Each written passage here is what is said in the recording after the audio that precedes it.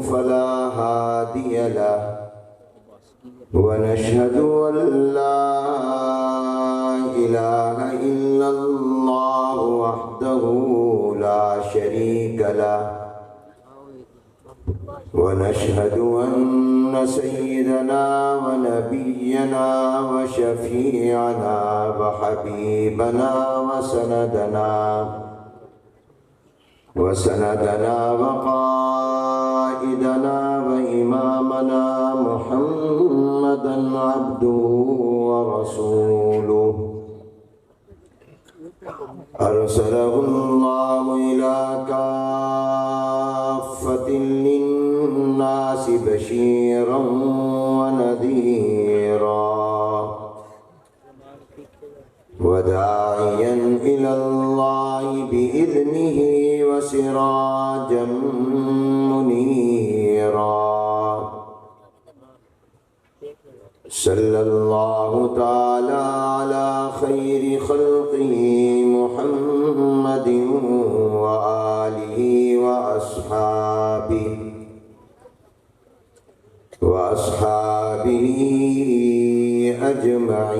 أجمعين. أما بعد فأعوذ بالله من الشيطان الرجيم. بسم الله الرحمن الرحيم. ونضع الموازين القسط ليوم القيامة. وعن أبي هريرة رضي الله تعالى عنه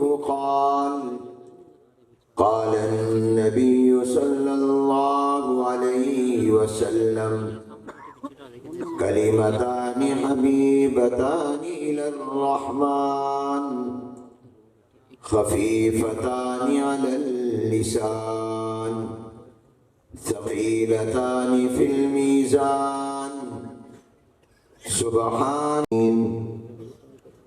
اللهم صل على محمد وعلى آل محمد كما صليت على إبراهيم وعلى آل إبراهيم إنك حميد مجيد.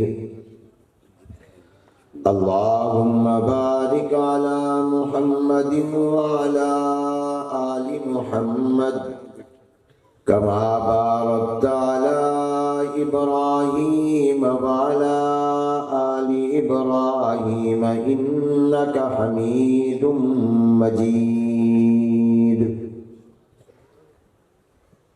قابل صد احترام شیخ المشائخ ولی کامل حضرت اقدس پیر ناصر الدین خان خاکوانی صاحب دامت برکاتہم العالیہ ادام اللہ ظلہم علینا وعلی الامت المسلمہ. قابل صد احترام حضرت مولانا مفتی مظہر شاہ صاحب اسعدی دامت برکاتہم العالیہ. قابل صد احترام حضرات علماء کرام، شیوخ حدیث، ارباب مدارس و جامعات، اساتذہ کرام، بزرگان مکرم، طلبہ عزیز، برادران اسلام، السلام علیکم ورحمۃ اللہ وبرکاتہ. آج بتاریخ 29 جمادی الاولیٰ سن 1447 ہجری مطابق 21 نومبر سن 2025 بروز جمعۃ المبارک بعد نماز عشاء جامعہ مظاہر العلوم چشتیاں ضلع بہاول نگر پنجاب پاکستان میں اصح الکتب بعد کتاب اللہ صحیح بخاری شریف کی آخری حدیث مبارک اور آخری باب کے درس کے موقع پر ہم سب کی شرکت باعث سعادت ہے. دعا ہے اللہ تبارک و تعالیٰ اسے ہماری بخشش، مغفرت اور نجات کا سبب بھی بنا دے. مقام اور منصب ہے کہ وہ اصح الکتب بعد کتاب اللہ صحیح بخاری شریف کے آخری باب اور آخری حدیث کا درس ارشاد فرمائے. لیکن حکم کی تعمیل میں اس ارادے اور نیت کے ساتھ کہ اگر میرے اس سبق میں کوئی غلطی ہوگی تو یہ اکابر اصلاح فرما دیں گے، اور ہمارے مدارس میں یہ معمول ہے کہ طلباء اپنے اساتذہ کو سبق سناتے ہیں، تو گویا میں بھی سبق سنانے کی نیت سے یہاں موجود ہوں۔ اگرچہ درسگاہ میں سبق سنانا آسان ہوتا ہے، اتنے بڑے مجمع میں سبق سنانا ایک امتحان اور آزمائش ہے۔ اللہ تعالیٰ مجھے اس میں سرخرو فرما دیں۔ میں ایک بڑے لمبے وقفے کے بعد چشتیاں حاضر ہوا ہوں۔ اگرچہ یہ چشتیاں اور اس کے مضافات کے ساتھ ہمارا خاندانی تعلق بھی ہے اور ہمارا تعلیمی تعلق بھی ہے۔ میرے ننیحال اسی چشتیاں سے تعلق رکھتے ہیں۔ میری جو والدہ تھی، جو میری 7 سال کی عمر میں فوت ہو گئیں، وہ چک 44 کی رہنے والی تھی، جو یہاں چشتیاں سے ڈارا والا روڈ ہے، اس کے روڈ پر جو چک 44 آتا ہے، اس میں میری والدہ مرحومہ وہاں کی تھی، اور ہم بچپن میں ہی اپنے والد مرحوم کے ساتھ اکثر یہاں اپنے ماموں اور اپنے رشتہ داروں سے ملنے کے لیے آیا کرتے تھے۔ اور اسی طرح جو چشتیاں سے دوسرا روڈ ہارون آباد کی طرف قادی والا کا جاتا ہے، اس میں بھی جو چک 40 ہے، یہ 44 ہے غالباً، وہاں پر بھی ہمارے رشتہ دار، عزیز و اقارب و خاندان کی قبور بھی ہیں۔ تو بچپن سے چشتیاں ہمارے دل و دماغ میں ہے، راسخ ہے۔ اور پھر میں 1 سال یہاں مدرسہ عربیہ اشاعت علوم جامع مسجد میں پڑھتا بھی رہا ہوں۔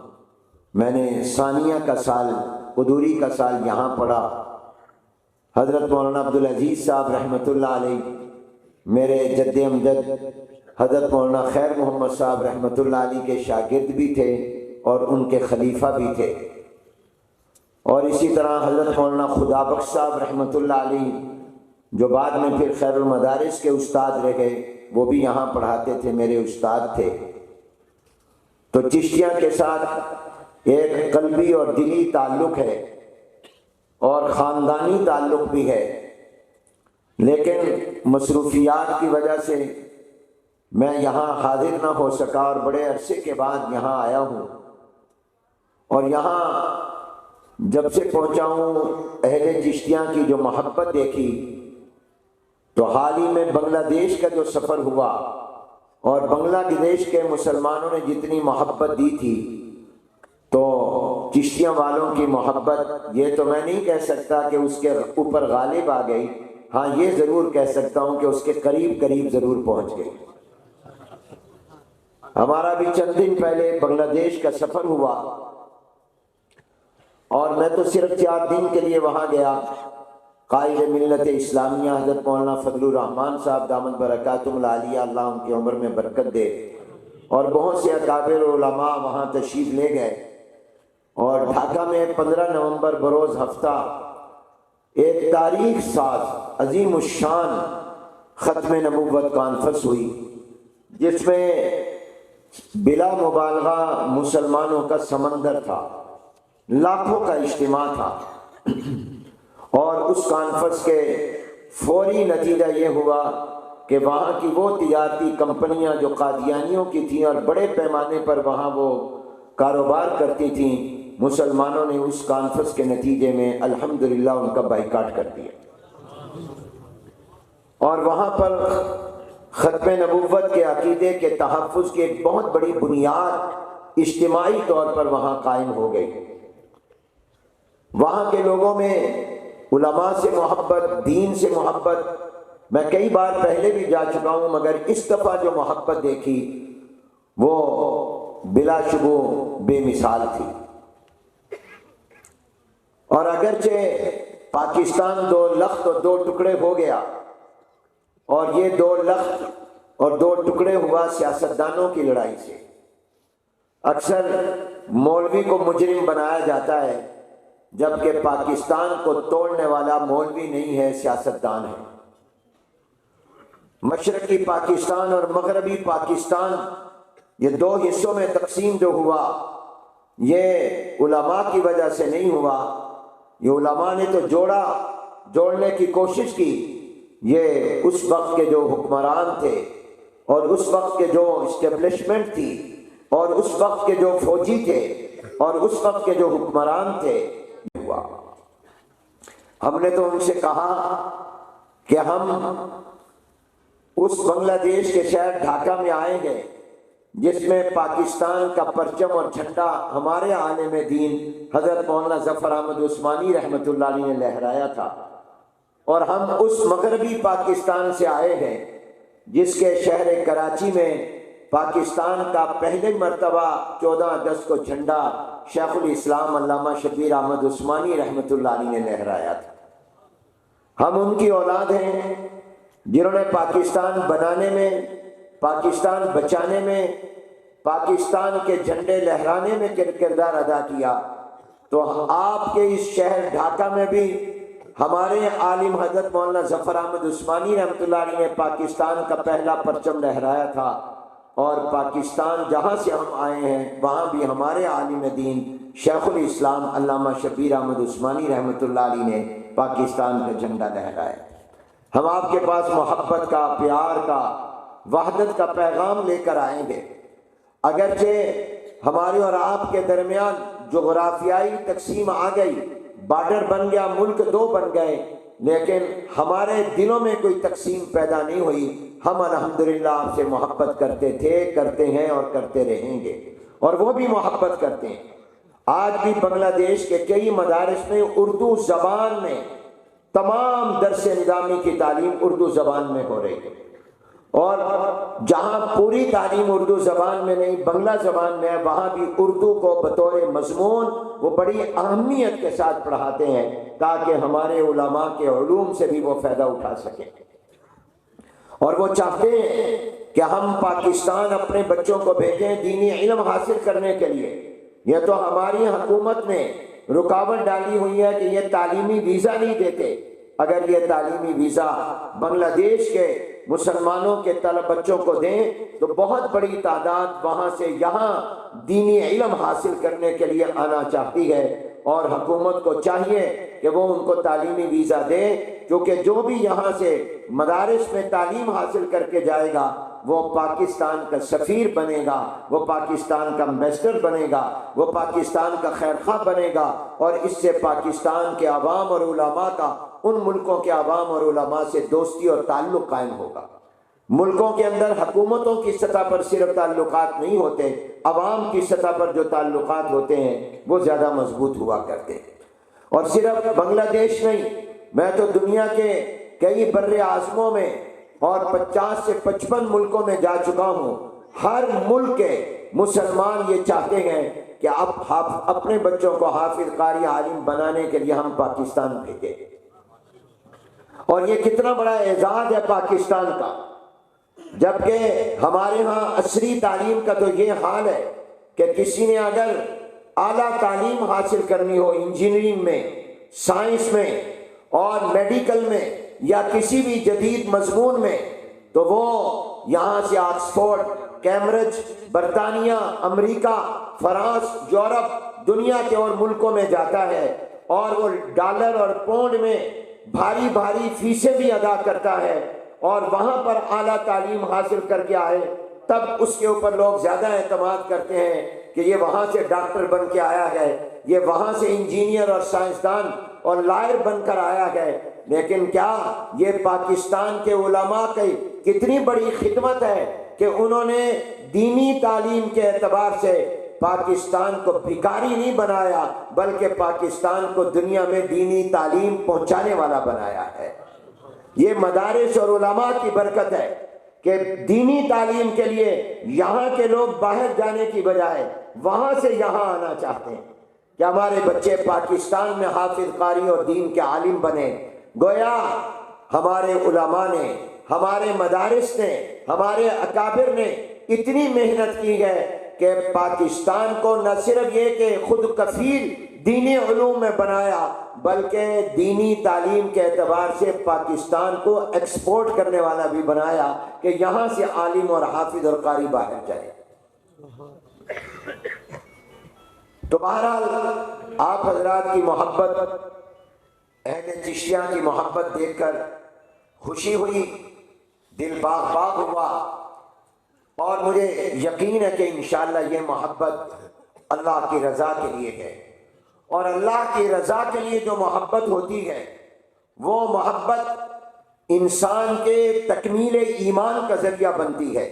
سرکار دو عالم صلی اللہ علیہ وآلہ وسلم نے فرمایا من احب للہ وابغض للہ واعطى للہ ومنع للہ فقد استکمل الایمان، جو اللہ کے لیے محبت کرے اور کسی سے اگر اس کی ناراضگی ہے وہ بھی اللہ کی وجہ سے کہ چونکہ یہ دین کا دشمن ہے، یہ دین کا مخالف ہے، اس لیے میں اس سے دوستی نہیں قائم کرتا، تو جو اللہ کی رضا کے لیے محبت، اللہ کی رضا کے لیے ناراضگی، اللہ کی رضا کے لیے کسی کو دینا اور کسی کو نہ دینا کہ یہ اس سے کہیں فلمیں نہ دیکھے، اس لیے اس کو پیسہ نہیں دے رہا، امداد نہیں کر رہا، اللہ کی رضا کے لیے، حضور علیہ السلام نے فرمایا اس سے اس کا ایمان مکمل ہو جاتا ہے۔ فرمایا وجبت محبتی للمتحابین فیہ، اللہ تبارک و تعالیٰ فرما رہے ہیں میری محبت واجب ہو گئی ان لوگوں کے لیے جو میری رضا کے لیے آپس میں محبت کرتے ہیں۔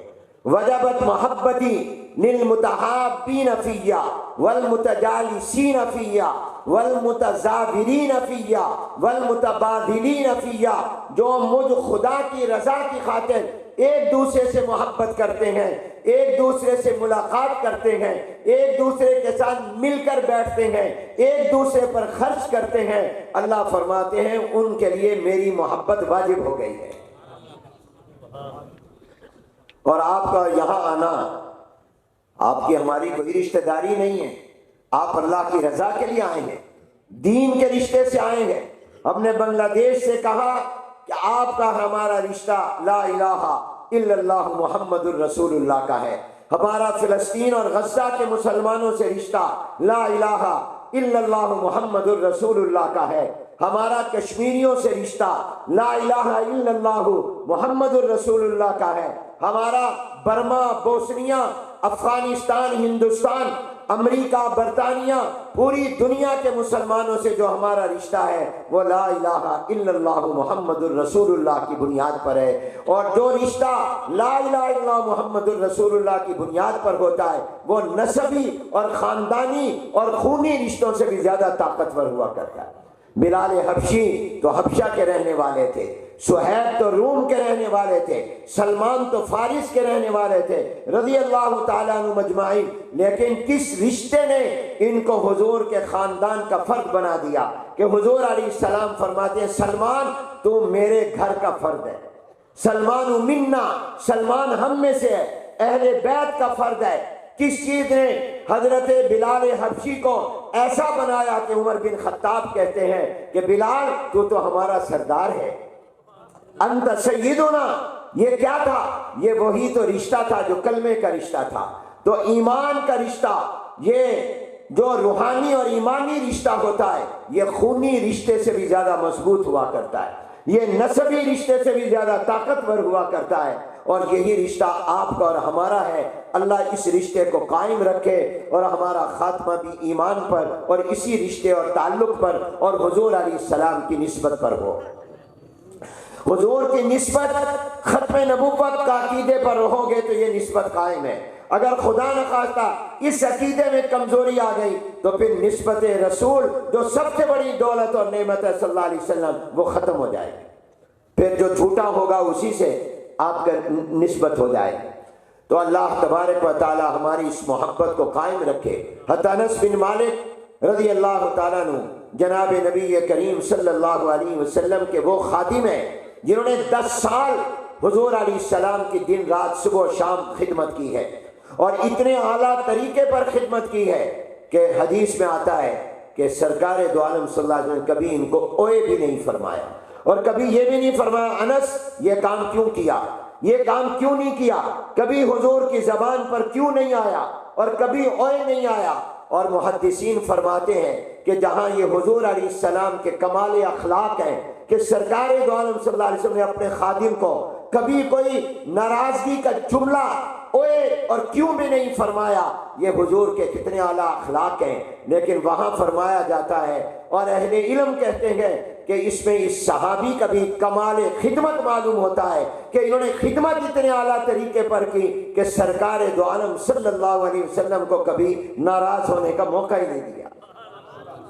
یہ جہاں کمال اخلاق پیغمبر صلی اللہ علیہ وسلم کی دلیل ہے، وہاں کمال خدمت انس بن مالک رضی اللہ عنہ کی بھی دلیل ہے۔ موقع ہی نہیں دیا اتنے اعلیٰ طریقے۔ اور آج ہم اپنے ملازم کو، نوکر کو اور اپنے گھر کے اندر ملازموں کو تھوڑی تھوڑی بات پر گالیاں دیتے ہیں، برا بھلا کہتے ہیں، مارتے ہیں، حتیٰ کہ کئی لوگ تو تکبر میں آ کر گھر میں کام کرنے والی غریب عورتوں کو جان سے مار دیتے ہیں، اور دکان پر، فیکٹری میں، کارخانے، دفتر میں ملازم کو گالیاں دیتے ہیں۔ اس سے باز آؤ۔ حضور علیہ السلام سے پوچھا گیا کم نعفو عن خادم، ہم کتنی مرتبہ اپنے ملازم خادم کو معاف کر دیں دن میں؟ حضور چپ رہے۔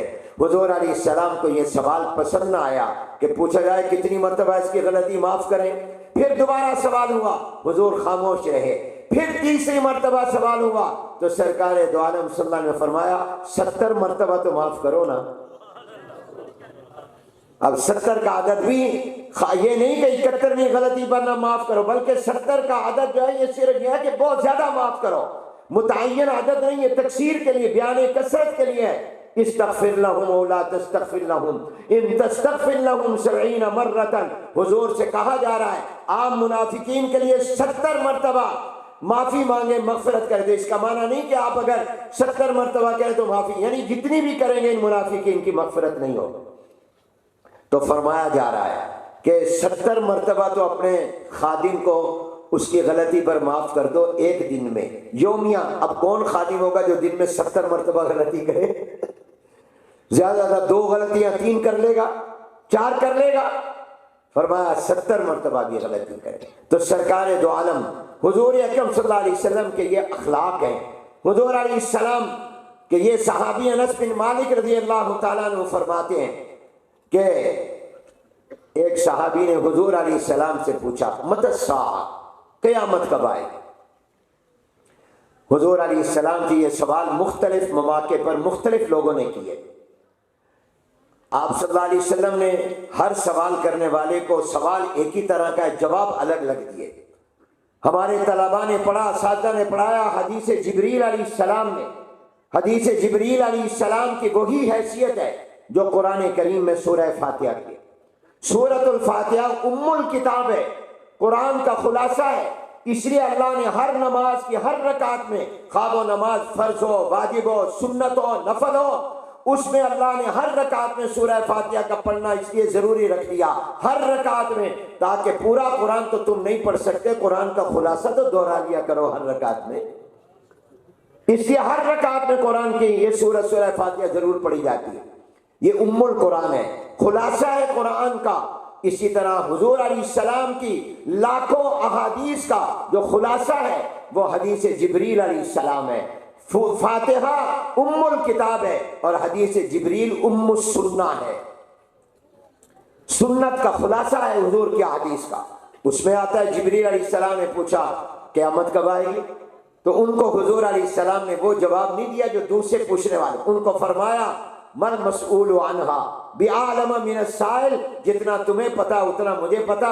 گویا بتانا یہ تھا کہ قیامت نے کب آنا ہے اس کا صحیح علم نہ تمہیں ہے نہ مجھے ہے۔ ان اللہ عندہ علم الساعہ، قیامت کب آئے گی یہ صرف اللہ کو معلوم ہے۔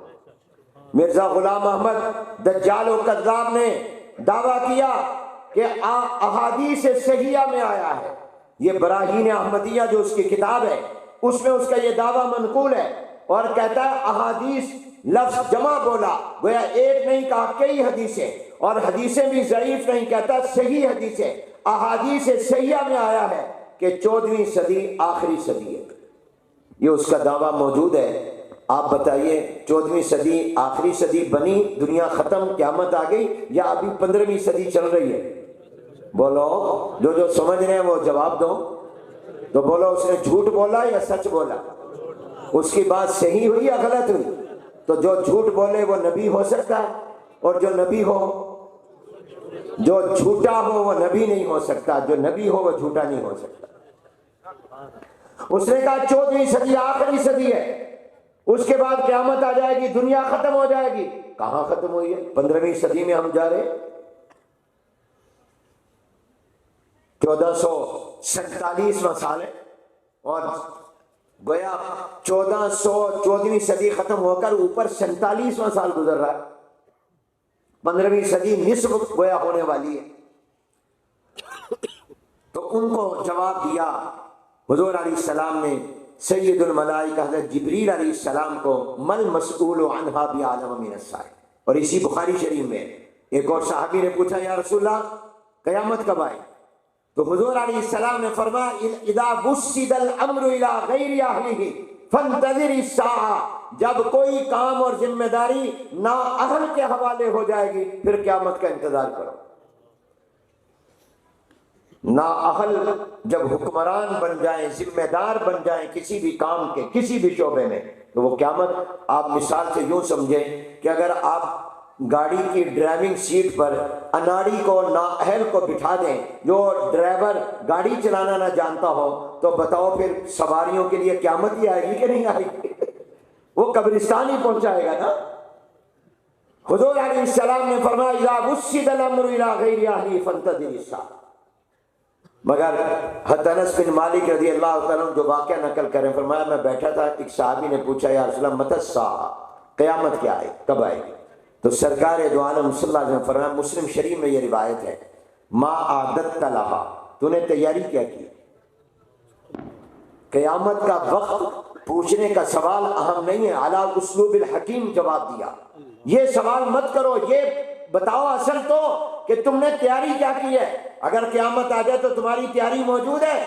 تو اس نے جواب میں کہا یا رسول اللہ صلی اللہ علیہ وسلم جہاں تک تیاری کی بات ہے، میرے پاس زیادہ نمازیں، زیادہ روزے اور زیادہ میرے پاس صدقہ خیرات نہیں، میں نے صرف فرض اور واجب پر عمل کیا ہے، فرض زکوٰۃ دی ہے، نفلی صدقہ نہیں کیا، فرض نماز پڑھی ہے، نفل نماز زیادہ نہیں پڑھے، فرض روزے رمضان کے رکھے، نفلی روزے نہیں رکھے، میں نے فرض حج کیا ہے، نفلی حج نہیں میں نے کیے، میرے پاس زیادہ عبادتیں نہیں ہیں۔ ہاں قیامت کی تیاری میں ایک چیز میرے پاس ہے، اور وہ یہ کہ میرے دل میں اللہ تعالیٰ کی اور آپ کی محبت ہے،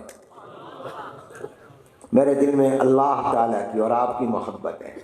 تو سرکار دو عالم صلی اللہ علیہ وآلہ وسلم نے ارشاد فرمایا انت مع من احببتا، اور ایک روایت میں عام الفاظ ہیں المرء مع من احبا، پھر قیامت جب بھی آئے تجھے پریشان ہونے کی ضرورت نہیں، جس سے تجھے دنیا میں محبت ہے تو آخرت میں اور قیامت میں بھی اسی کے ساتھ کھڑا ہوگا۔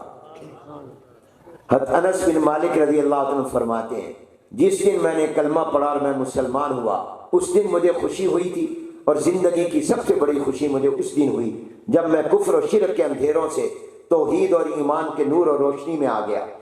اور اس کے بعد اگر مجھے سب سے زیادہ خوشی ہوئی تو اپنے کسی اور موقع پر، شادی وغیرہ کے موقع پر نہیں ہوئی ہوگی، فرمایا مجھے سب سے زیادہ خوشی اس دن ہوئی جب میں نے حضور علیہ السلام کی زبان مبارک سے یہ سنا کہ دنیا میں جس سے محبت ہے آخرت میں بھی وہ اسی کے ساتھ ہوگا۔ میں پہلے بھی اللہ سے، حضور علیہ السلام سے، نبیوں سے، صدیقین سے، شہداء سے، نیک لوگوں سے محبت کرتا تھا، اب پہلے سے زیادہ کرتا ہوں تاکہ کل قیامت میں میرا حشر نبیوں کے ساتھ، صدیقین کے ساتھ، شہداء کے ساتھ اور نیک لوگوں کے ساتھ ہو جائے۔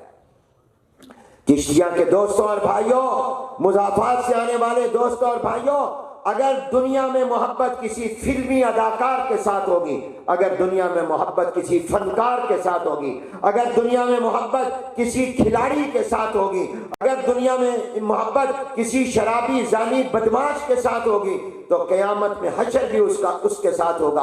اور اگر دنیا میں محبت اللہ والوں کے ساتھ ہوگی، جناب نبی کریم صلی اللہ علیہ وسلم کے ساتھ ہوگی، صحابہ کے ساتھ، اہل بیت کے ساتھ، تابعین تبع تابعین کے ساتھ، فقہاء مجتہدین محدثین مفسرین کے ساتھ، صلحاء اولیاء کے ساتھ، اللہ والوں کے ساتھ ہوگی، دنیا میں دیکھو یا نہ دیکھو، ملاقات ہو یا نہ ہو، یہ محبت آپ کو آخرت میں جنت میں ان کے ساتھ جمع کر دے گی۔ یہ محبت جس میں تم آئے ہو یہ معمولی بات نہیں ہے، یہ اتنی بڑی دولت ہے، اس لیے اللہ والوں سے محبت کرو۔ گھر میں بیٹھے ہو محبت ان سے کرو۔ ہم نے حضور علیہ السلام کو دیکھا نہیں، لیکن ہمیں سب سے زیادہ محبت حضور علیہ السلام کے ساتھ۔ ہم نے ابو بکر و عمر عثمان و علی رضی اللہ تعالیٰ عنہم کو، حسنین کریمین امیر معاویہ رضی اللہ تعالیٰ عنہم کو دیکھا نہیں ہے۔ ہمیں 1,24,000 صحابہ سے محبت ہے، ہمیں تابعین سے محبت ہے، تبع تابعین سے محبت ہے، محدثین سے محبت ہے، فقہاء مجتہدین سے محبت ہے، ہمیں علماء صلحاء اولیاء سے محبت ہے۔ احب الصالحین ولست منہم لعل اللہ یرزقنی صلاحا۔ میں محبت تو کرتا ہوں اگرچہ میں نیک نہیں ہوں، لیکن یہ محبت بھی مجھے نیکوں کے ساتھ اکٹھا کر دے گی ایک دن۔ اور نیک کون ہوتا ہے؟ جس کی زندگی شریعت اور سنت کے مطابق ہو۔ ہم ایک مرتبہ کوئٹہ گئے کراچی سے بدریہ جہاز، وہاں وفاق المدارس کا اجتماع تھا، پورے صوبہ بلوچستان کے مدارس۔ ہمارے شیخ و مربی شیخ الاسلام حضرت مولانا مفتی محمد تقی صاحب دامت برکاتہم العالیہ کے معیت میں اور رفاقت میں ہم وہاں گئے۔ تو جب ہم ایک کوئٹہ ایئرپورٹ سے اتر کر کار میں بیٹھ کر اجتماع والی جگہ میں جا رہے تھے، تو میں حضرت کے ساتھ پچھلی سیٹ میں بیٹھا تھا، آگے ہمارے سندھ کے ناظم جامعۃ العلوم الاسلامیہ علامہ بنوئی ٹون کراچی کے ناظم تعلیمات حضرت مولانا امداد اللہ صاحب دامت برکاتہم، وہ حضرت نے ان سے کہا تم آگے بیٹھ، وہ آگے بیٹھے۔ تو حضرت کا مزاج یہ ہے کہ وہ سفر میں اپنا 1 منٹ بھی ضائع نہیں کرتے۔ میں نے اپنی زندگی میں بڑے بڑے اللہ والوں کو دیکھا، علماء کو دیکھا ہے، اور ہر ایک کا اپنا اپنا رنگ دیکھا ہے۔ بہت سی باتیں اللہ نے ان سے سیکھنے کی توفیق عطا فرمائی۔ تو حضرت کا مزاج یہ ہے کہ وہ 1 منٹ اپنا ضائع نہیں کرتے۔ جہاز کے انتظار میں بیٹھے ہیں، کسی کے انتظار میں بیٹھے ہیں، تو فوراً اپنا لکھنا شروع کر دیں گے یا پڑھنا شروع کر دیں گے، 1 منٹ نہیں اپنا ضائع کرتے۔ اور اکثر کتابیں حضرت نے سفر میں لکھی، تو کوئی نہ کوئی بزرگوں کے واقعات سنانے لگ جاتے ہیں، اپنے اکابر کا بڑا تذکرہ کرتے ہیں۔ اور آج ہمارے اساتذہ اپنی درسگاہوں میں اور ہمارے خطبہ ممبروں پر اپنے اکابر کو اور اپنے اسلاف کا تذکرہ کم کرتے ہیں۔ اپنے اکابر کا تذکرہ کیا کرو، ان کی زندگیوں کا مطالعہ کیا کرو، اس میں بہت بڑی روشنی ہے ہمارے لیے۔ تو حضرت کا مزاج ہے وہ شروع کر دیں، تو مجھے کہنے لگے ہماری طرف متوجہ ہو کے، بزرگوں کا حضرت نانوتوی، حضرت گنگوئی، حضرت تھانوی، حضرت مدنی، حضرت شیخ الہند رحمہ اللہ کے واقعات سنانے لگ گئے۔ تو فرمانے لگے حنیف ہم اللہ والے بن تو نہیں سکے، لیکن ہم نے اللہ والے دیکھے ضرور ہیں۔ فرمانے لگے حنیف ہم اللہ والے بن تو نہیں سکے، لیکن ہم نے اللہ والے دیکھے ضرور ہیں، اس لیے ہمیں کوئی دھوکہ نہیں دے سکتا کہ وہ اللہ والا نہ ہو اور اللہ والوں والی شکل بنا کر ہم سے کہ میں اللہ والا ہوں۔ ہم کسی بہروپیوں کو نہیں مان سکتے، ہم نے حقیقی اللہ والے دیکھے۔ تو فرمایا کہ ہم نے یہ ان کی تواضع اور انکساری ہے کہ کہہ رہے ہیں ہم اللہ والے بن نہیں سکے۔ تو میں فوراً میں نے کہا حضرت میں نے بھی اللہ والے دیکھے، اور آپ کی بات تو کسر نفسی ہے، میں نے حقیقت میں بہت سارے اللہ والے دیکھے ہیں، مگر میں اللہ والا واقعتاً بن نہیں سکا، میں نے بھی بہت دیکھے ہیں۔ کہنے کہ تو نے کس کو دیکھا ہے؟ میں نے کہا آپ کو دیکھا ہے، حضرت کو دیکھا ہے۔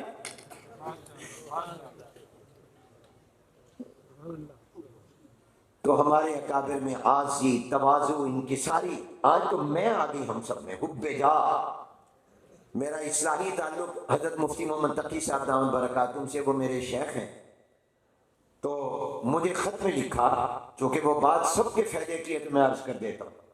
میرے خط کے جواب میں نے لکھا کہ تصوف کا خلاصہ حنیف جتنا میں نے کتابوں کا مطالعہ کیا اور بزرگوں کو دیکھا ہے، میں نے تو تصوف کا خلاصہ پڑھ کر اور اللہ والوں سے سن کر اور ان کو دیکھ کر سمجھا ہے، میں وہ تصوف کا خلاصہ تمہیں بتاتا ہوں۔ وہ دو باتیں، پوری طریقت کا، احسان و سلوک کا، یہ پیری مریدی کا۔ فرمایا خلاصہ دو باتیں۔ نمبر ایک فرمایا فنائے ذات، اپنے آپ کو مٹانا، کبھی بھی اپنے اندر بڑائی اور تکبر نہ آئے، اپنے آپ کو مٹانا، اپنے آپ کو نیک ولی اللہ، اپنے آپ کو عالم حافظ قاری خطیب، اور اپنے آپ کو بڑا نہ بنانا بلکہ اپنے آپ کو مٹانا، اپنے آپ کے اندر عاجزی، تواضع، انکساری پیدا کرنا، کبھی تکبر نہیں۔ فرمایا پہلی چیز تصوف کا خلاصہ فنائے ذات، اور فرمایا دوسری چیز جو میں نے سمجھی اور سیکھی ہے وہ ہے رجوع الی اللہ۔ ہر معاملے میں اللہ کی طرف متوجہ ہو، کھانا کھانے لگے ہو اللہ کی طرف متوجہ۔ یہ سرکار دو عالم صلی اللہ علیہ وسلم جو دعائیں سکھائی ہیں، یہ دعائیں ہر موقع پر جو حضور نے مانگی ہیں اور امت کو تعلیم دی ہے، ان سے بہتر دعا کوئی مانگ نہیں سکتا۔ ان دعاؤں کو یاد کرو، ان کا مطلب سمجھو۔ اب آپ دیکھیے، میں نے اس دن یہ دعا دل میں آ گئی، میں نے عرض کی میکسی میں ایک مسجد کا، میں نے کہا دیکھو مسجد میں آنے کے وقت میں حضور علیہ السلام نے کیا دعا سکھائی ہے؟ اللہم افتح لی۔ کبھی غور کیا آپ نے؟ کیا عظیم دعا سکھائی؟ کیا آپ مسجد میں جا رہے ہیں اور طریقہ بھی بتایا؟ یہ بخاری کیا ہے؟ یہ حضور کی زندگی بتا رہی ہے۔ بخاری کیا ہے؟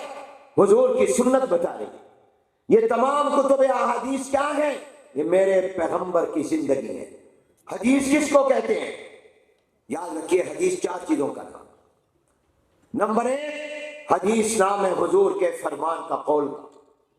حضور نے جو فرمایا صحابی نقل کرے اس کو حدیث کہتے ہیں۔ نمبر دو، حدیث کہتے ہیں میرے محبوب پیغمبر صلی اللہ علیہ وسلم کے عمل مبارک ہو۔ جب صحابی یہ نقل کرے کہ حضور نے نماز ایسے پڑھی، حضور نے کھانا ایسے کھایا، حضور نے فلاں کام ایسے کیا، جس میں یہ بیان کرے اس کو حدیث کہتے ہیں۔ میرے پیغمبر کے فعل اور عمل کو جس میں بیان کیا جائے حدیث کہتے ہیں۔ نمبر تین، حدیث کس کو کہتے ہیں؟ حدیث کہتے ہیں حضور علیہ السلام کے ذاتی احوال و اوصاف کو۔ جب صحابی یہ بیان کرے کہ حضور کا چہرہ انور ایسا تھا، آپ کی آنکھیں ایسی تھیں، آپ کا سر مبارک ایسا تھا، آپ کے بال ایسے تھے، آپ کے رخسار ایسے تھے، آپ کے دانت مبارک ایسے تھے، آپ کا ناک مبارک ایسا تھا، آپ کی پیشانی ایسی تھی، آپ کے ہاتھ ایسے تھے، آپ کے پاؤں کے تلوے ایسے تھے، جس میں یہ بیان کیا جائے حضور کے اوصاف اور احوال کو، اس کو حدیث کہتے ہیں۔ اور نمبر چار، جب صحابی حضور کی تقریر کو بیان کرے، تقریر کا معنی بولنا نہیں، ہماری اصطلاح میں تقریر کا معنی بولنا، بیان کرنا، مگر حدیث کی تعلیم میں لفظ تقریر کا معنی حضور کا چپ رہنا، کہ حضور کے سامنے کوئی کام ہوا یا کوئی بات کہی گئی اور حضور چپ رہے، حضور نے روکا ٹوکا نہیں۔ یہ دلیل ہے اس بات کی کہ یہ اسلام میں جائز ہے، شریعت میں جائز ہے، اس لیے کہ اگر یہ ناجائز ہوتی تو حضور خاموش نہ رہتے، روک دیتے، ٹوک دیتے، اصلاح فرما دیتے۔ تو حضور کا چپ رہنا یہ بھی حدیث ہے۔ یاد رکھو، کسی کا چپ رہنا دین نہیں بنتا، کسی کا خاموش رہنا حدیث نہیں بنتا، کسی کا چپ رہنا شریعت نہیں بنتا۔ کسی عالم کا چپ رہ جانا، کسی مفتی کا چپ رہ جانا، کسی مولوی کا چپ رہ جانا، یہ دین نہیں بنتا، حدیث شریعت نہیں بنتا، حدیث نہیں بنتا۔ ہو سکتا ہے وہ کسی ڈر خوف کی وجہ سے یا لالچ کی وجہ سے چپ رہ گیا ہو، اللہ کا پیغمبر شریعت کے خلاف بات دیکھ کر چپ رہ جائے، یہ ممکن نہیں ہے۔ اس لیے جب نبی خاموش رہتا ہے تو اس کی خاموشی بھی حدیث بن جاتی ہے۔ نعرہ تکبیر، نعرہ تکبیر۔ خطیب پاکستان مولانا محمد حنیف صاحب جلندری، قائد مدارس دینیہ، نعرہ تکبیر۔ پیغمبر کا چپ رہنا بھی حدیث بن جاتا ہے، شریعت بن جاتا ہے، دین بن جاتا ہے، حجت اور دلیل بن جاتا ہے۔ آپ نے مشکات میں پڑھا اور پڑھایا ہوگا، صحابہ کہتے ہیں کنا نازل والقرآن ینزل، ہم اپنی بیویوں سے ملاقات کے وقت میں عزل کرتے تھے، کوشش کرتے تھے بعض اوقات کی اولاد نہ ہو اور قرآن اتر رہا ہوتا تھا۔ اور ایک رات میں یہ آتا کہ حضور موجود تھے لیکن حضور کو پتہ بھی چلا مگر روکا نہیں، معلوم ہوا جائز ہے۔ حضور کے کسی کام پر چپ رہ جانا یہ بھی حدیث بن جاتا ہے۔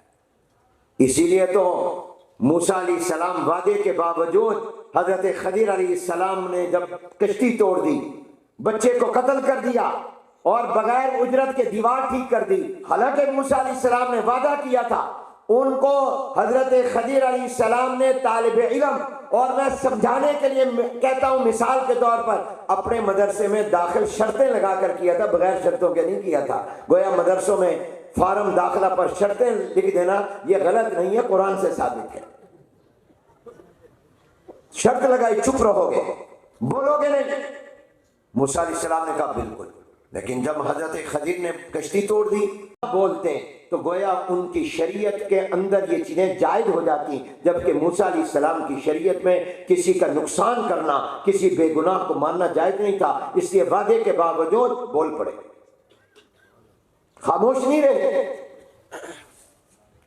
انہوں نے جو کیا تھا خضر علیہ السلام وہ اللہ کے حکم سے کیا تھا، اس لیے کہا وما فعلت عن امری، وہ اللہ کا حکم تھا اس کے پابند تھے، اور موسیٰ علیہ السلام اپنی شریعت کے پابند تھے۔ تو یاد رکھیے پیغمبر کا تو حدیث آج عشقیہ والوں آپ کو میں نے یاد دلا کرائی ہے، بتاؤ حدیث کتنی چیزوں کا نام ہے؟ 4 چیزوں کا۔ جب کبھی لفظ پڑھو سنو حدیث میں آیا ہے، 4 چیزوں کو حدیث کہتے ہیں، حضور کے فرمان یعنی بول کو، حضور علیہ السلام کے عمل کو، حضور علیہ السلام کے اوصاف اور احوال کو، اور حضور علیہ السلام کے چپ رہ کر اس چیز کے جواز پر پکا کر دینے کو۔ تو بات یہ میں عرض کر رہا تھا کہ حضور علیہ السلام نے جو دعائیں جس موقع کی سکھائی ہیں، سبحان اللہ۔ اب مسجد میں جانے کے وقت کی کیا دعا سکھائی؟ کبھی آپ نے غور کیا اس کے معنی پر؟ آپ مسجد میں جا رہے ہیں اور حضور علیہ السلام اللہ سے دعا مانگ رہے ہیں، اللہم افتح لی ابواب رحمتی، اے اللہ تیرے گھر میں جا رہا ہوں، یہ مسجد رحمت کی جگہ ہے، اندر رحمت کے کئی دروازے ہیں۔ حضور نے یہ نہیں کہا، یہ دعا نہیں مانگی اللہم افتح لی باب رحمتی، اے اللہ رحمت کا دروازہ کھول دے، نہیں فرمایا رحمت کے دروازے کھول دے۔ وہ ایک دروازہ نہیں ہے، کئی دروازہ، مفرد نہیں کہا، جمع کہا، اللہم افتح لی ابواب رحمتی۔ گویا بتا دیا کہ مسجد رحمت ہے، تو بتاؤ جو رحمت کی جگہ ہو، جہاں رحمت کے کئی دروازے، گیٹ اور پھاٹک ہوں، اس کو گرانا چاہیے؟ بدبخت ہے وہ حکومت جو مسجدوں کو گرانے کا منصوبہ بنا، شرم آنی چاہیے۔ تم سوچتے ہو کہ اسلام آباد میں یہ روڈ کے ساتھ مسجد کیوں ہے؟ اس کا حسن خراب کر رہی ہے، اس مدنی مسجد کو گرا دو۔ تم نے مسجد گرائی اور کئی مسجدیں گرانے کا منصوبہ بنایا، تم نے سمجھا مسجد کی وجہ سے اسلام آباد کا حسن خراب ہو رہا ہے۔ یاد رکھو اسلام آباد کا، پاکستان کا، پوری دنیا کے شہروں کا حسن ہی مسجدوں سے ہے، اور یہ مسجدیں ہوں گی تو رحمت آئے گی، ورنہ تو عذاب آئیں گے، زحمتیں آئیں گی۔ اور ہمارے علماء کو اللہ سلامت رکھے، جو ڈٹ گئے کہ حکمرانوں نے تو کوشش کی اسلام آباد کو، مسلمانوں کو رحمت سے محروم کرنے کی، رحمت کا مرکز ختم کر کے علماء نے کہا نہیں ہم بنائیں گے، الحمدللہ وہ مسجد بن رہی ہے تاکہ یہاں کا مسلمان رحمت سے محروم نہ ہو۔ یہ مدرسے رحمت ہیں۔ بتاؤ جب بچہ مدرسے میں کہتا ہے بسم اللہ الرحمن الرحیم، تو بتاؤ رحمت آتی ہے کہ نہیں آتی؟ قرآن رحمت ہے یا نہیں ہے؟ حضور کی حدیث رحمت ہے یا نہیں ہے؟ اور جب ان درسگاہوں، ان کمروں میں کہا جاتا ہے قال اللہ، کہا جاتا ہے قال رسول اللہ، تو اللہ کی رحمتیں آتی ہیں۔ اور چشتیاں والوں پتہ نہیں کتنی مصیبتیں، بلائیں اور آزمائشیں اس شہر پر ہمارے گناہوں کی وجہ سے آنی تھی، ان مدرسوں کی برکت سے اللہ ٹال دیتا ہے۔ یہ قرآن کے مدرسے رحمت ہیں، قرآن رحمت ہے۔ حضرت مولانا عبداللہ درخواسی رحمۃ اللہ علیہ فرمایا کرتے تھے مسجدیں جنتی باغ ہیں، بہشتی باغ ہیں، اور مدرسے محمدی باغ ہیں۔ سبحان اللہ، کیا پیارا جملہ فرماتے دریا بکوزا، فرماتے تھے مسجدیں جنتی باغ ہیں، بہشتی باغ ہیں، جنت کا ٹکڑا ہے، اور مدرسے محمدی باغ ہیں، حضور علیہ السلام کے باغ۔ دعا سکھائی جا رہی ہے، اللہ میرے لیے رحمت، مسجد میں آیا ہوں، رحمت کا دروازہ نہیں فرمایا، فرمایا دروازے، سارے دروازے کھول دے۔ کیوں؟ اس مسجد میں جا رہا ہوں، اس میں نماز کا دروازہ ہے، تلاوت کا دروازہ ہے، ذکر کی رحمت کا دروازہ ہے، علماء کی زیارت کا رحمت کا دروازہ ہے، کوئی اللہ والا مل جائے گا اس کی زیارت کی رحمت کا دروازہ ہے، کوئی بیان کر رہا ہوگا اس کے بیان کی رحمت کا دروازہ ہے۔ اے اللہ تحیت الوضو والی رحمت کا دروازہ کھول دے، تحیت المسجد کی رحمت کا دروازہ کھول دے، اندر جا کر نماز کے انتظار میں بیٹھوں گا، انتظار پر بھی تو ثواب دیتا ہے، اس انتظار کے ثواب والی رحمت کا دروازہ کھول دے۔ یہ سارے دروازے، ہر موقع کی حضور علیہ السلام نے کیا عظیم دعا سکھائی، اس سے بہتر دعا۔ اور میرے شیخ مفتی تقی صاحب دامت برکاتہم فرماتے ہیں یہ جو دعائیں حضور نے سکھائی اور جو فرمایا، کھانا کھانے لگو کہو بسم اللہ الرحمن الرحیم، اور بسم اللہ پڑھ کر کھانا کھاؤ، کھانے سے فارغ ہوئے کہو الحمدللہ الذی اطعمنا وسقانا وجعلنا من المسلمین، پانی پینے لگو کہو بسم اللہ الرحمن الرحیم، ایک گھونٹ اور قطرہ بھی پیا تو کہو الحمدللہ۔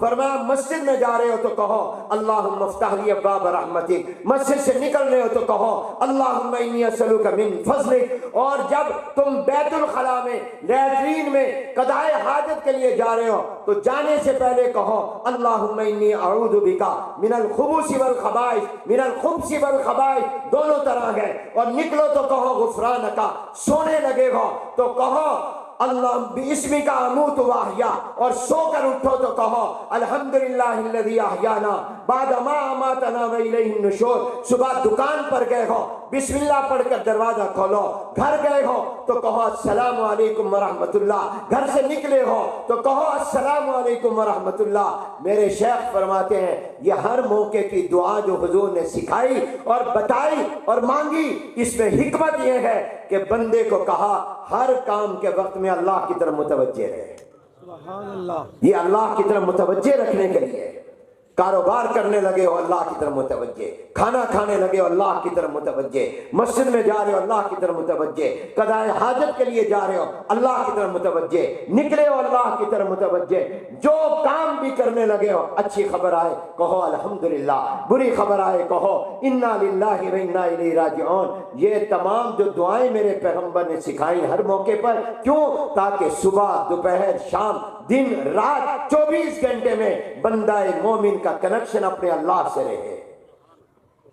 یہی تصوف کا خلاصہ ہے، رجوع اللہ، ہر کام میں اللہ کی طرف متوجہ۔ بات کرنے لگے ہو اللہم الہمنی رشدی واعذنی من شر نفسی، سفر کرنے لگے ہو سبحان الذی سخر لنا ھذا وما کنا لہ مقرنین وانا الی ربنا لمنقلبون، گاڑی میں بیٹھنے لگے ہو دعا، کیوں؟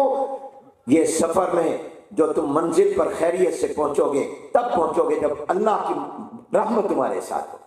ہر کام میں بیوی کے قریب جانے لگا ہے، اپنے نکاح کا تقاضا پورا کرنے لگا ہے، اس موقع کی بھی دعا سکھائی اللہم جنبنا الشیطان، اللہ ہمیں شیطان سے بچانا، ہمارے ملاپ کے نتیجے میں جو اولاد دے اللہ اس اولاد کو بھی شیطان سے بچانا۔ ہر موقع پر اللہ کے پیغمبر نے بندوں کو اللہ کی طرف متوجہ کیا، ہر وقت اللہ کی طرف۔ تو فرمایا حنیف تصوف کا، طریقت کا اور احسان و سلوک کا خلاصہ دو چیزیں، فنائے ذات، توجہ اللہ، ہر موقع میں اللہ کی طرف متوجہ رہو۔ تقریر کرنے کے لیے بیٹھو اللہ کی طرف متوجہ، اللہ میرے دل میں ڈال دینا، زبان سے کہوا دینا جو میرے لیے فائدہ مند ہو، لوگوں کے لیے فائدہ مند ہو۔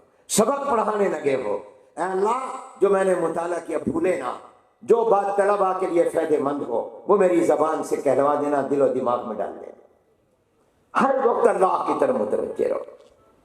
یہ ہے خلاصہ پورے، یہ صرف خلاصہ تصوف کا نہیں، صرف طریقت کا نہیں، صرف احسان و سلوک کا نہیں، بلکہ پورے قرآن کا اور سنت کا اور شریعت کا خلاصہ۔ آج مجھے اور آپ کو میں نے مار دیا، آئی تھنک نے مار دیا، اللہ تبارک و تعالی۔ یہ ساری باتیں تمہید میں چلی گئیں، ابھی اصل بات تو شروع ہی نہیں ہوئی، وہ بھی آپ کی توجہ اور حضرت کی توجہ کی برکت سے۔ یہ تقریر کوئی ٹیپ ریکارڈ نہیں ہوتا کہ بٹن دبا دو اور وہ چل پڑے، یہ تو سننے والوں اور حاضرین کے طلب صادق کی وجہ سے اللہ بولنے والے کے دماغ میں ڈالتا ہے۔ جتنی ان کی توجہ ہوتی ہے اتنا اللہ ان کے دل میں وہ بات ڈال دیتا ہے جو فائدہ مند ہے۔ مجھے امید ہے کہ جو اللہ نے دماغ میں باتیں ڈالی، جو میں نے پہلے سوچی کچھ اور تھیں، زبان سے کچھ اور نکل رہی۔ نعرہ تکبیر!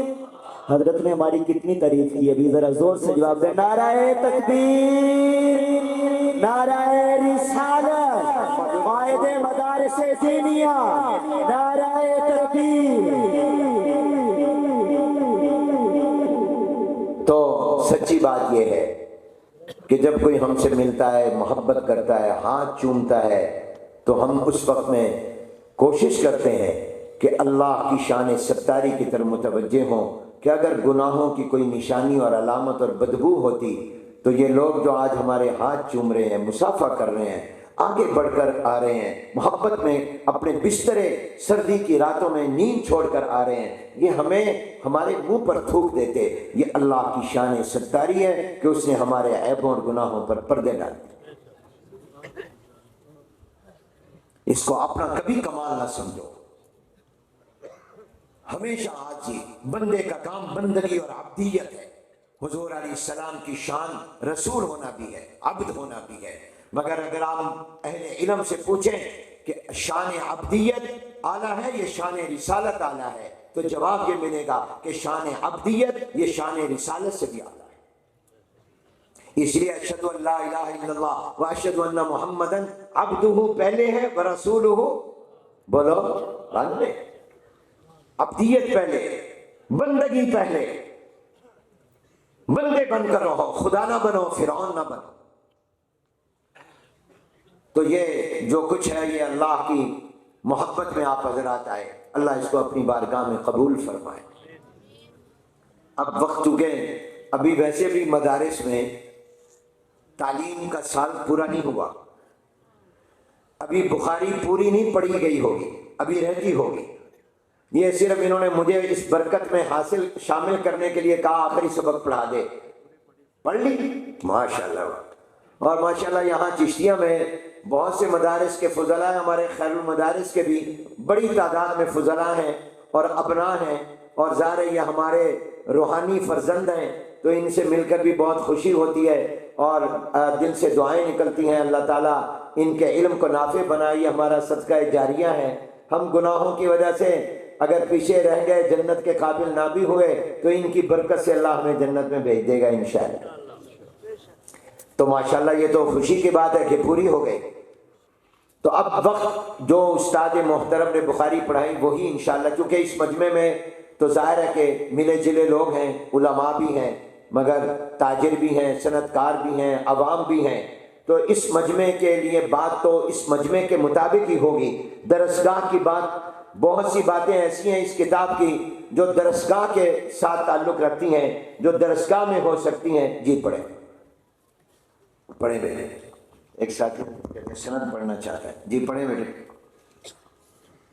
حدثنا سيدنا المفتي رضا الله قال حدثنا الشيخ محمد صديق قال حدثنا الشيخ غير محمد جالندري قال حدثنا الشيخ ياسين السرهندي قال حدثنا الشيخ محمود حسن الديوبندي قال حدثنا الشيخ محمد قاسم النانوتوي قال حدثنا الشيخ شاه عبد الغني الدهلوي قال حدثنا الشيخ يا محمد إسحاق الدهلوي قال حدثنا الشيخ شاه عبد القادر الدهلوي قال حدثنا الشيخ شاه عبد العزيز الدهلوي قال حدثنا الشيخ حجة الإسلام شاه ولي الله محدث الدهلوي قال حدثنا الشيخ أبو طاهر محمد عبد السميع بن إبراهيم الكردي المدني قال حدثنا الشيخ إبراهيم بن حسن القردي والمدني قال حدثنا الشيخ صفي الدين أحمد بن محمد بن يونس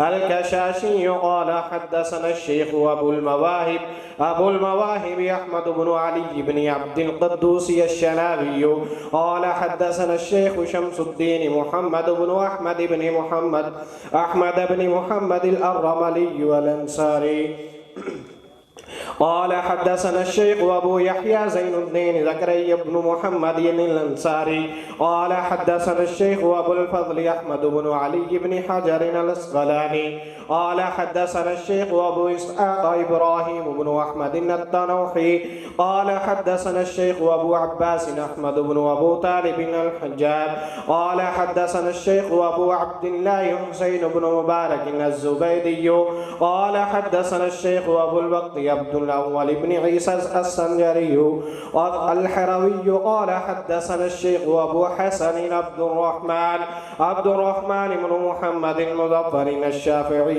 قال حدثنا الشيخ أبو محمد عبد الله بن أحمد السرقسي قال حدثنا ہم سرکار دو عالم حضور اکرم صلی اللہ علیہ وآلہ وسلم کی حدیث پڑھنے آئے ہیں، اس لیے کہ 1400 سال سے حدیث کے پڑھنے پڑھانے والوں کی جو فہرست مرتب ہو رہی ہے اس میں آپ کا اور ہمارا نام بھی درج ہو جائے۔ یہ سلسلۃ الذہب ہے اور سرکار دو عالم صلی اللہ علیہ وسلم کی حدیث بہت عظیم، اور پڑھنے والوں کے لیے حضور نے کیا دعا فرمائی، فرمایا نظر اللہ امرأ سمع مقالتی فوعاها ثم اداها کما سمعها او کما قال، اللہ اس کے چہرے کو چمکائے، بارونق اور باعزت کرے جس نے میری ایک حدیث کو سنا اور جس طرح سنا اس کو یاد کیا، پھر اسی طرح اس کو آگے پہنچا دیا۔ تو حضور علیہ السلام نے دعا فرمائی اللہ اس کا چہرہ چمکائے، اور یقیناً حضور علیہ السلام کی دعا قبول ہی قبول ہے۔ تو ایسے شخص کا چہرہ دنیا میں بھی چمکے گا، قبر میں بھی چمکے گا، اور آخرت میں بھی چمکے گا انشاءاللہ۔ ایک محدث کا واقعہ لکھا ہے کہ وہ شکل کے خوبصورت نہیں تھے، وہ سیاہ فام تھے، کالے رنگ کے تھے، چہرے کے نقش و نگار بھی کوئی زیادہ اچھے اور عمدہ نہیں تھے، لیکن جب وہ حدیث پڑھانے کے لیے درسگاہ میں آتے اور بیٹھتے اور حدیث پڑھانا شروع کرتے تو ان کا چہرہ چمک اٹھتا اور چہرے پر نورانیت آ جاتی۔ ایک دن طالب علموں نے پوچھا استاد جی جب آپ کتاب کھولتے ہیں تو آپ کا چہرہ چمکنے لگ جاتا ہے، چہرے پر نورانیت، حسن، خوبصورتی آ جاتی ہے، جب آپ بند کرتے ہیں تو وہ نورانیت پھر نہیں ہوتی، جب پڑھا رہے ہوتے ہیں حدیث تو اس وقت آتی ہے، یہ کیا وجہ ہے؟ تو نہ پڑھانے سے پہلے نہ پڑھانے کے بعد، تو انہوں نے خود جواب کوئی نہیں دیا، جب آپ نے یہ حدیث سنا دی نظر اللہ امرأ سمع مقالتی فوعاها ثم اداها کما سمع، کہ میرا چہرہ اس لیے چمکتا ہے کہ میرے نبی نے دعا کی ہے، دعا کی ہے۔ تو آپ کا بھی چہرہ چمکے تو نیت یہ کر لیں۔ اور حضور علیہ السلام کی جو حدیث ہے وہ بھی وہی ہے، اور حضور علیہ السلام کی حدیث میں نے بتا دیا کہ 4 چیزوں کا نام ہے، اور حضور علیہ السلام کی حدیث اتنی اعلیٰ ہے کہ میں عام لوگوں کو سمجھانے کے لیے کہا کرتا ہوں کہ ہمارا ایمان ہے، ہمارا عقیدہ ہے، ہمارے اکابر کا، ہمارے اسلاف کا اور بزرگوں کا، اہل سنت والجماعت علماء دیوبند کا عقیدہ ہے کہ حضور علیہ السلام اپنے روضہ مبارک میں جہاں پر آرام فرما ہے تو جو مٹی مبارک حضور کے جسم اطہر کے ساتھ لگی ہوئی ہے اس مٹی کا درجہ اللہ کے عرش سے، کرسی سے اور بیت اللہ سے بھی زیادہ ہے۔ یہ بات میں نے صرف عقیدت میں نہیں کہی، عقیدے کے طور پر کہی ہے، مبالغے کے طور پر نہیں، واقع کے طور پر کہی ہے۔ دلیل بھی دیتا ہوں، اس لیے کہ عرش پر اللہ بیٹھے نہیں ہیں، صرف نسبت ہے۔ خانہ کعبہ میں، بیت اللہ میں اللہ رہتے نہیں، صرف نسبت ہے کہ اللہ کی رحمت کا مرکز۔ کرسی پر اللہ بیٹھے نہیں ہیں، صرف نسبت ہے، اس پر اللہ کی تجلی پڑتی ہے، اللہ بیٹھے نہیں ہیں کیونکہ اللہ جسم سے پاک، بیٹھنا جسم والے کا خاصہ ہوتا ہے، وہ صرف نسبت ہے، وہاں نسبت ہے صرف اللہ سے، اور یہاں مٹی کو حضور علیہ السلام سے نسبت نہیں ہے، حضور کے جسم کے ساتھ ملاپ ہے، اتصال ہے، اور حضور علیہ السلام تمام سے افضل ہیں، اور بیت اللہ بھی مخلوق ہے، اور عرش بھی مخلوق ہے، کرسی بھی مخلوق ہے۔ جب یہ سب مخلوق ہے اور تمام مخلوقات سے اعلیٰ حضور علیہ السلام ہے، تو حضور ان سے بھی اعلیٰ ہوئے، جب ان سے بھی اعلیٰ ہوئے تو اعلیٰ کے ساتھ جو چیز لگ جائے گی وہ بھی اعلیٰ ہو جائے گی۔ اس لیے یہاں اتصال ہے، تو ہمارا ایمان ہے وہ مٹی، اس کا مرتبہ عرش سے بھی زیادہ، کرسی سے بھی زیادہ، جو حضور کے روضہ مبارک کے اندر حضور کے جسم اطہر کے ساتھ لگی ہوئی ہے، جب وہ مٹی جو حضور کے جسم کے ساتھ لگی اس کا اتنا اونچا مرتبہ ہے، تو حدیث جو حضور کی زبان مبارک سے نکلی اس کو کہتے ہیں، جو حضور کے جسم کے اندر سے عمل نکلا اس کو کہتے ہیں۔ تو جو مٹی کا مرتبہ اتنا ہے تو جو حضور کے اندر سے چیز نکلی ہو اس کا مرتبہ کتنا اونچا ہوگا۔ قرآن اسی لیے تو اعلیٰ ہے کہ اللہ کے اندر سے نکلا ہے، اللہ کا کلام ہے، اور کلام متکلم کے اندر سے نکلتا ہے۔ تبرکوا بالقرآن العظیم لأنہ خرج من اللہ سبحانہ وتعالی، کیونکہ یہ اللہ کے اندر سے نکلا۔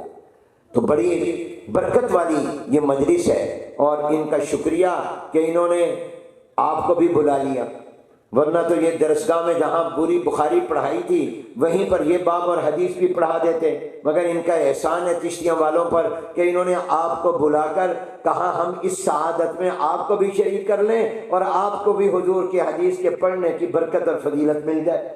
اور بلایا کب ہے؟ جب ان کے مدرسے کا تعلیمی سال مکمل ہو رہا ہے، اور میں اس سے استدلال کیا کرتا ہوں کہ پورا سال مظاہر العلوم میں جو قرآن پڑھا گیا، جو حدیث پڑھائی گئی، جو دینی علوم پڑھائے گئے، ان سب کے ثواب میں انشاءاللہ اللہ آپ کو شریک کر دے گا۔ آئے تو آپ آ جائیں، مگر پورے سال کا ثواب لے کر جائیں گے۔ کیوں؟ دلیل یہ ہے کہ بتاؤ اگر کوئی نماز میں جماعت میں امام کے ساتھ آ کر مقتدی اس وقت شامل ہو جب امام التحیات میں بیٹھا ہو، سلام پھیرنے والا ہو، اب اس مقتدی نے نہ تکبیر تحریمہ امام کے ساتھ کہی، نہ قیام کیا، نہ رکوع کیا، نہ سجدہ کیا، یہ تو آخری قعدہ اور التحیات میں آ کر شامل ہوا، سلام پھیرنے والا تھا امام، یہ آ گیا اور سلام کے بعد یہ کھڑے ہو کر اپنی نماز پوری کرے گا، تو اس نے نماز تو امام کے ساتھ پڑھی نہیں، صرف آخر میں آ کر شامل ہوا، مگر بتاؤ اس کو ثواب اکیلے نماز کا ملے گا یا جماعت کی نماز کا ثواب ملے گا؟ بولو کیوں ملے گا؟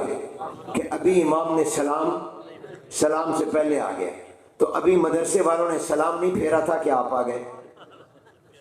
یہ مجلس گویا بمنزل قادے کے، قادہ اخیرہ کے، کیوں مفتی صاحب ٹھیک ہے حضرت؟ تو اللہ کی تو رحمت ہے، وہ تو بہانہ ڈھونڈتی ہے نا، تو اللہ تعالیٰ اس پر بھی دے دے گا۔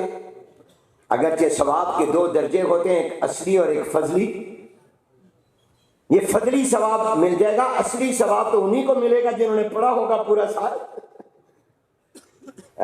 ایک ثواب اصلی ہوتا ہے، ایک ثواب فضلی ہوتا ہے۔ اب رمضان کے روزے اگر کسی نے قضا کر دیا بعد میں رکھا تو روزے کا ثواب تو مل جائے گا، مگر ان لوگوں والا ثواب تو نہیں ملے گا جنہوں نے رمضان کا روزہ رمضان میں رکھا، ان کو تو اصلی اور فضلی دونوں ملا، ان کو صرف ایک ثواب مل گیا۔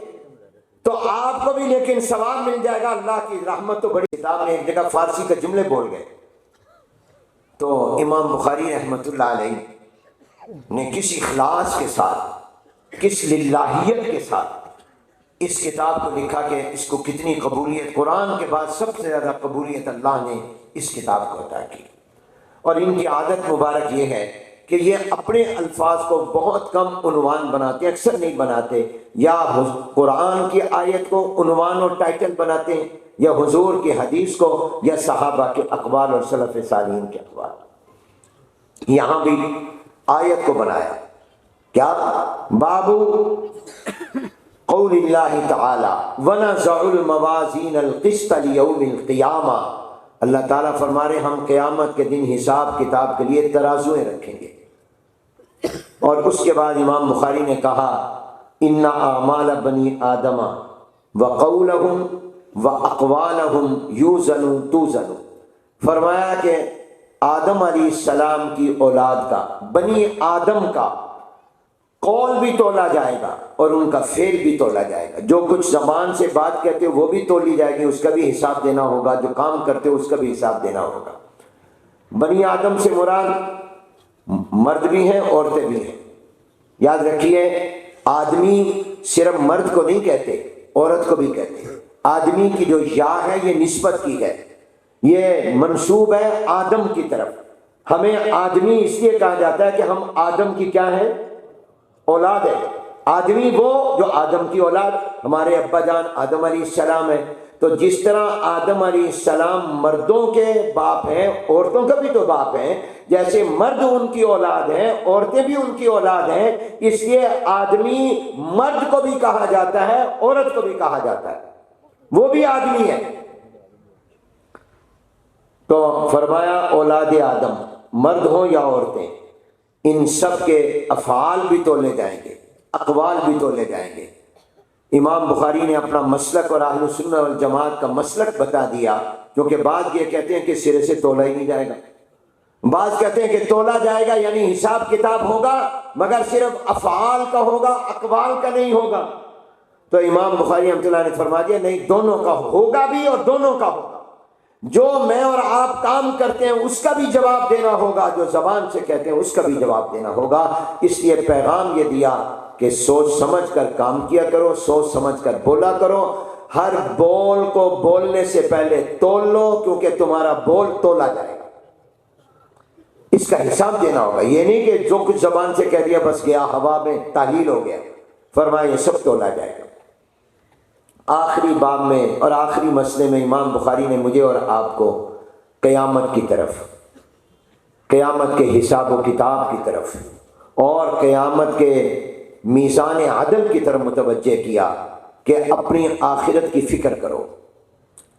یہ بخاری کا آخری پیغام اور سبق ہے۔ اپنی موت کو، اپنی آخرت کو، اپنی قیامت کے حساب کتاب کو، میزان عدل کو، اس کو یاد کرو، اس کو نہ بھولنا۔ میرے استاد جن سے میں نے بخاری پڑھی، شیخ الحدیث رئیس المحدثین حضرت علامہ مولانا محمد شریف صاحب کشمیری رحمۃ اللہ علیہ، وہ اکثر سبق میں شعر نہیں پڑھتے تھے، ان کو اشعار کے ساتھ زیادہ مناسبت فرماتے تھے، مجھے اشعار کے ساتھ زیادہ مناسبت نہیں، میں شعر پڑھنے کا شوق نہیں رکھتا، لیکن کبھی کبھار کوئی شعر پڑھتے تھے تو ایک شعر پڑھا کرتے تھے سبق میں: وقت طلوع دیکھا، وقت غروب دیکھا، سورج کو نکلتے اور چڑھتے بھی دیکھا، غروب ہوتے بھی دیکھا، وقت طلوع دیکھا، وقت غروب دیکھا، اب فکر آخرت ہے، دنیا کو خوب دیکھا۔ وقت طلوع دیکھا، وقت غروب دیکھا، تم بھی کہہ لو، وقت طلوع دیکھا، وقت غروب دیکھا، اب فکر آخرت ہے، دنیا کو خوب دیکھا۔ آخرت کی فکر کرو۔ امام بخاری متوجہ کر رہے ہیں کہ تم یہ دنیا کی زندگی سب کچھ نہ سمجھو، مرحلہ قبر کا ہے، پھر میدان محشر کا ہے، وہاں اللہ کی عدالت میں جانا ہے، وہاں تمہیں حساب کتاب دینا ہوگا۔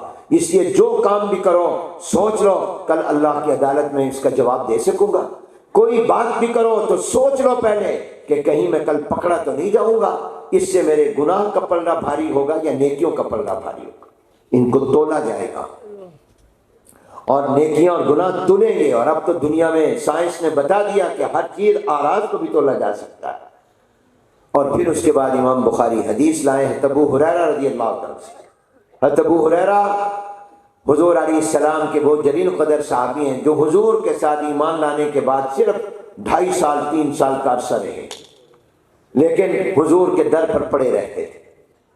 اور ان کی ایک خصوصیت تھی، حضور کے صحابہ میں حضور علیہ السلام کا اپنے صحابہ کے ساتھ بعض کے ساتھ کچھ خصوصی معاملے تھے، جیسے استاد کے بعض شاگردوں کے ساتھ اور پیر کے اپنے مریدوں کے ساتھ بعض کچھ خاص تعلقات اور انداز ہوتے ہیں۔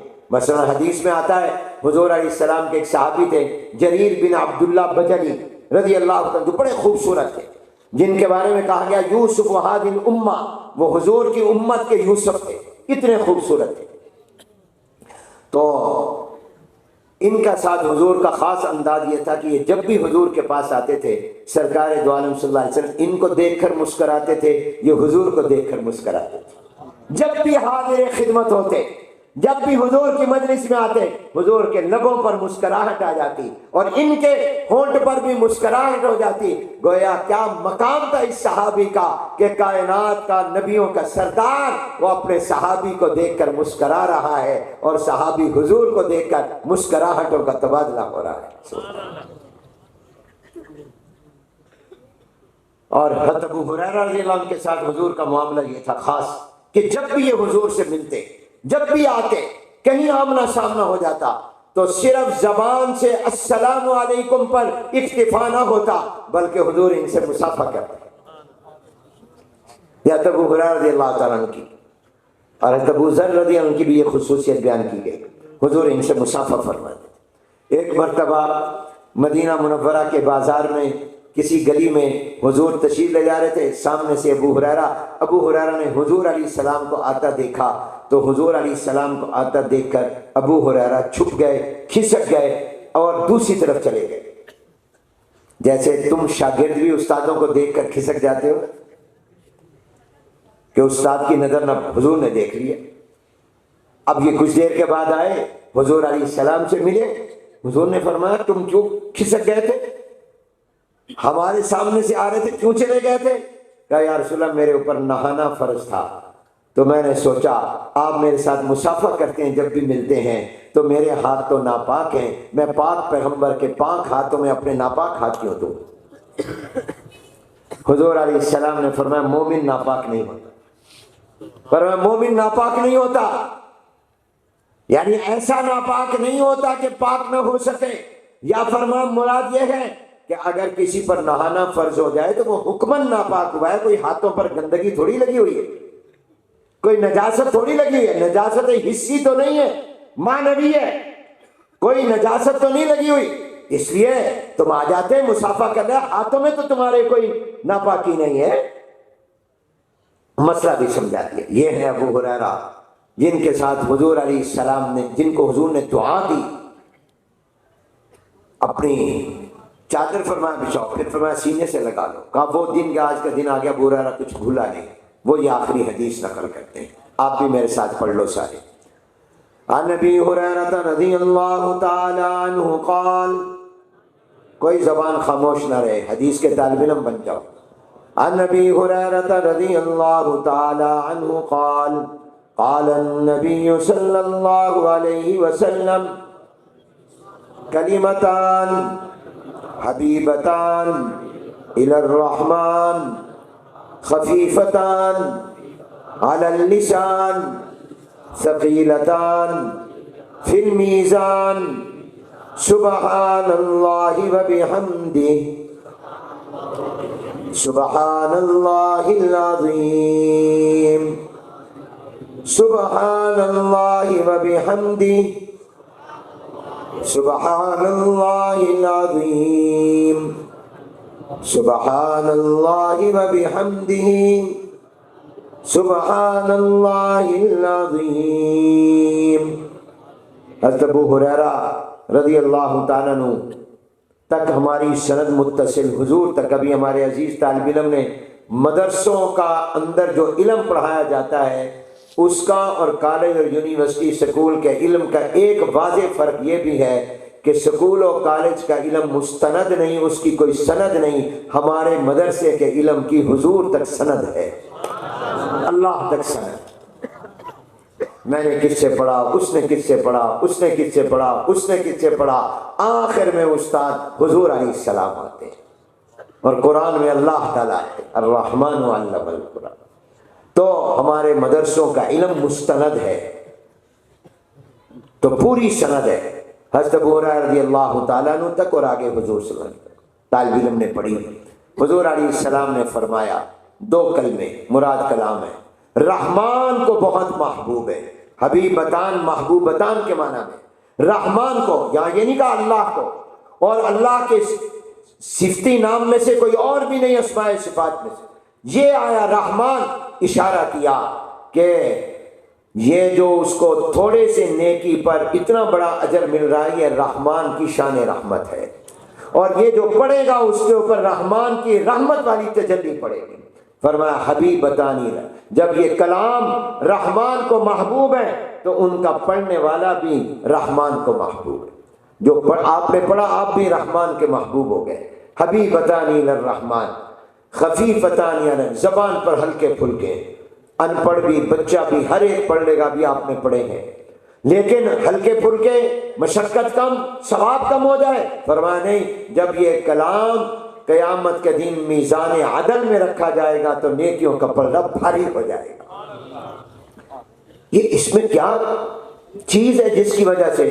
تو محدث العصر حضرت علامہ انور شاہ کشمیری رحمۃ اللہ علیہ فرماتے ہیں کہ جنت میں اللہ جنتیوں کو جو نعمتیں عطا کرے گا ان میں ایک بڑی نعمت اللہ یہ بھی عطا کرے گا کہ دنیا کی تمام چیزوں کے حقائق جنتیوں پر اللہ جنت میں کھول دے گا۔ حقائق کے اشیاء منکشف ہو جائیں گے، وہاں جا کر پتہ چلے گا نماز کیا ہے۔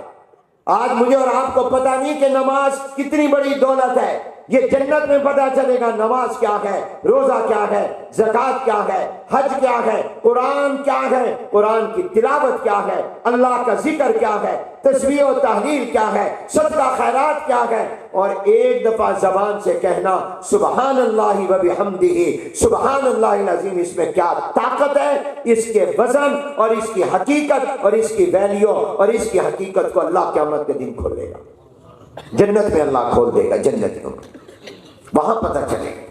یہ بہت بڑی نعمت ہوگی جو اللہ تعالیٰ جنتیوں کو عطا کرے۔ کلمتان حبیبتان، یہ کیا، اس کا وزن کیوں ہے، یہ وہاں پتہ چلے گا۔ اور وہ کون سے دو کلام ہیں؟ سبحان اللہ و بحمدہ ایک، سبحان اللہ العظیم دوسرا۔ حدیث میں آتا ہے جو اس کو 100 مرتبہ پڑھے گا اگر اس کے گناہ پہاڑ کے برابر اور ایک روایت میں سمندر کے پانی کے برابر بھی ہوں گے اللہ معاف فرما دے گا، اور وہ گناہ صغیرہ معاف ہوں گے، کبیرہ توبہ کے سے ہوتے ہیں، توبہ کے بغیر نہیں ہوتے۔ قرآن کریم میں اللہ نے فرمایا توبہ، بڑے بڑے گناہ وہ توبہ سے معاف ہو جاتے ہیں، اور چھوٹے گناہ نماز سے، وضو سے، نیک اعمال سے بھی ہو جاتے ہیں۔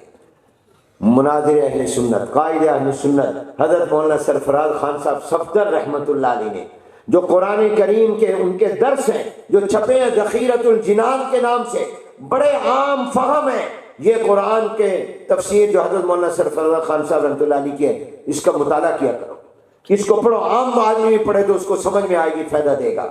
اس میں حضرت نے لکھا ہے کہ میں نے 40 سال ہو گئے حدیث پڑھائی ہے، مجھے صرف 2 نیکیاں حدیث کی روشنی میں ایسی ملی ہیں کہ وہ 2 نیک عمل اگر کوئی کر لے گا تو اللہ تعالیٰ کبیرہ گناہ بھی معاف کر دے گا، ورنہ کبیرہ گناہ توبہ کے بغیر نہیں معاف ہوتے، مگر 2 نیکیاں ایسی ہیں کہ اگر وہ تم نیکی کر لو گے اللہ کبیرہ گناہ بھی معاف کر دے گا۔ فرمایا وہ 2 نیکیاں کیا ہیں؟ فرمایا ایک صلاۃ التسبیح، جو صلاۃ التسبیح پڑھے گا ہفتے میں 1 دفعہ پڑھ لیا کرو، مہینے میں پڑھ لیا کرو، 2 مہینے میں پڑھ لیا کرو، فرمایا اس سے اتنی بڑی فضیلت ہے صلاۃ التسبیح کی کہ کبیرہ گناہ معاف ہو جائے۔ اور دوسرا فرمایا کہ جو مجھے حدیث میں ملا ہے وہ یہ کہ کسی مسلمان میت کو غسل دینا اتنی بڑی نیکی اور عبادت ہے کہ اس سے کبیرہ گناہ معاف ہو جائے۔ یہ حضرت مولانا سرفراز خان صاحب رحمۃ اللہ علیہ، صلاۃ التسبیح اور غسل میت، مسلمان میت کو غسل دینا، تو یہ گناہ معاف ہو جائیں گے۔ یہ صغیرہ گناہ، ان کو پڑھو، اس کا اہتمام کرو، ایک تسبیح روزانہ ضرور اس کی کر لیا کرو، زبان سے کہہ لو سبحان اللہ و بحمدہ سبحان اللہ العظیم۔ باقی باتیں انشاءاللہ استاد محترم طلبہ کو درسگاہ میں کر دیں گے۔ وآخر دعوانا ان الحمدللہ رب العالمین۔